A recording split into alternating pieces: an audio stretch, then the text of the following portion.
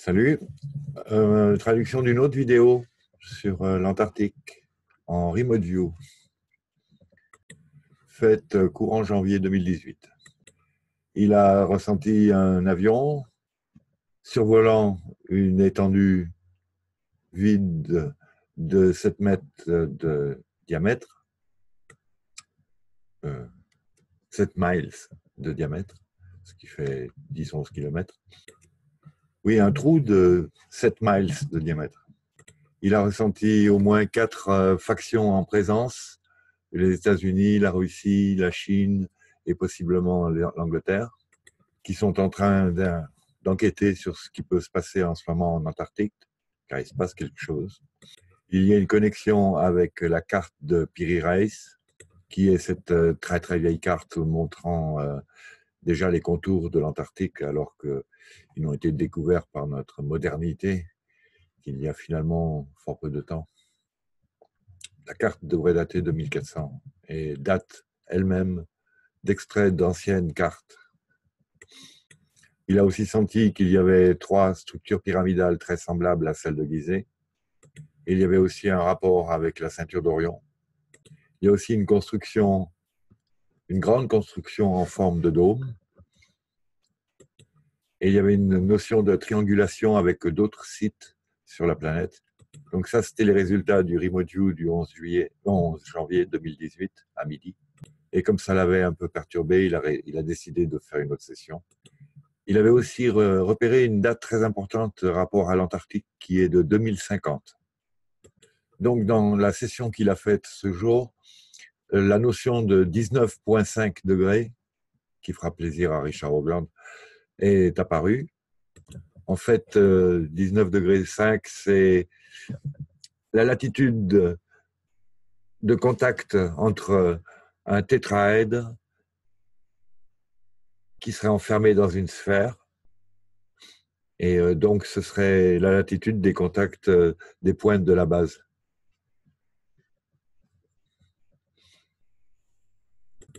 Avec la sphère. Sur Terre, ça correspond par exemple à la latitude d'Hawaï. Sur Mars, c'est aussi la latitude du mont Olympus. C'est assez étrange qu'il y ait à chaque fois soit un volcan, soit des manifestations géologiques à cette latitude-là. Parce que sur Mars, c'est pas sûr que ce soit un volcan. Ça pourrait très bien être une construction électromagnétique. Ainsi que la Grande Faille, d'ailleurs, le Grand Canyon. Mais nos scientifiques veulent toujours comparer ce qui s'est passé sur Terre avec d'autres planètes, alors qu'il n'y a aucune raison. Peut-être de grands principes de base, mais sinon, il n'y a aucune raison que les choses se déroulent de la même manière, puisque les situations sont différentes.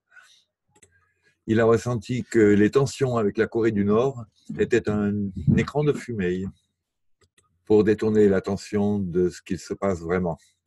Et ce qui se passe vraiment a plus ou moins une importance mondiale. Il y a beaucoup de perturbations géomagnétiques dans la région.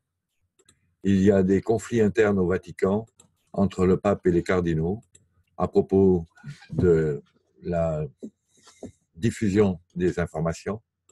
Ils sentent qu'il y a quelque chose qui se passe à l'échelle mondiale et que le monde devrait être au courant. Et ils sont aussi en train de décider parmi eux-mêmes qui sont aptes à diffuser l'information. Ils pensent que les Russes voudraient bien le faire et que les Américains aussi et le Vatican aussi. Et a priori, ils n'arrivent pas à se mettre d'accord. Et il y a donc de multiples petites pièces qui arrivent au public, mais aussi beaucoup de désinformation. Il a ressenti un changement massif de pouvoir en cours et le fait que ce soit cyclique. Pour en revenir à la carte de Piri Reis, en 1929, un historien grec a trouvé une carte étonnante, dessinée sur une peau de gazelle. It was a genuine document drawn in 1513 by Piri Reis, a famous admiral of the Turkish fleet in the 16th century, and his passion was cartography. Piri Reis' high rank within the Turkish Navy allowed him to have the privileged access to the Imperial Library of Constantinople. The Turkish admiral admits in a series of notes on the map that he compiled and copied the data from a large number of source maps, some of which date back to the 4th.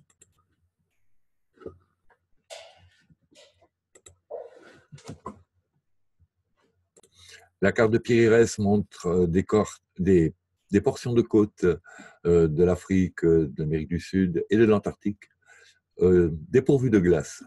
Et elle est parfaitement détaillée.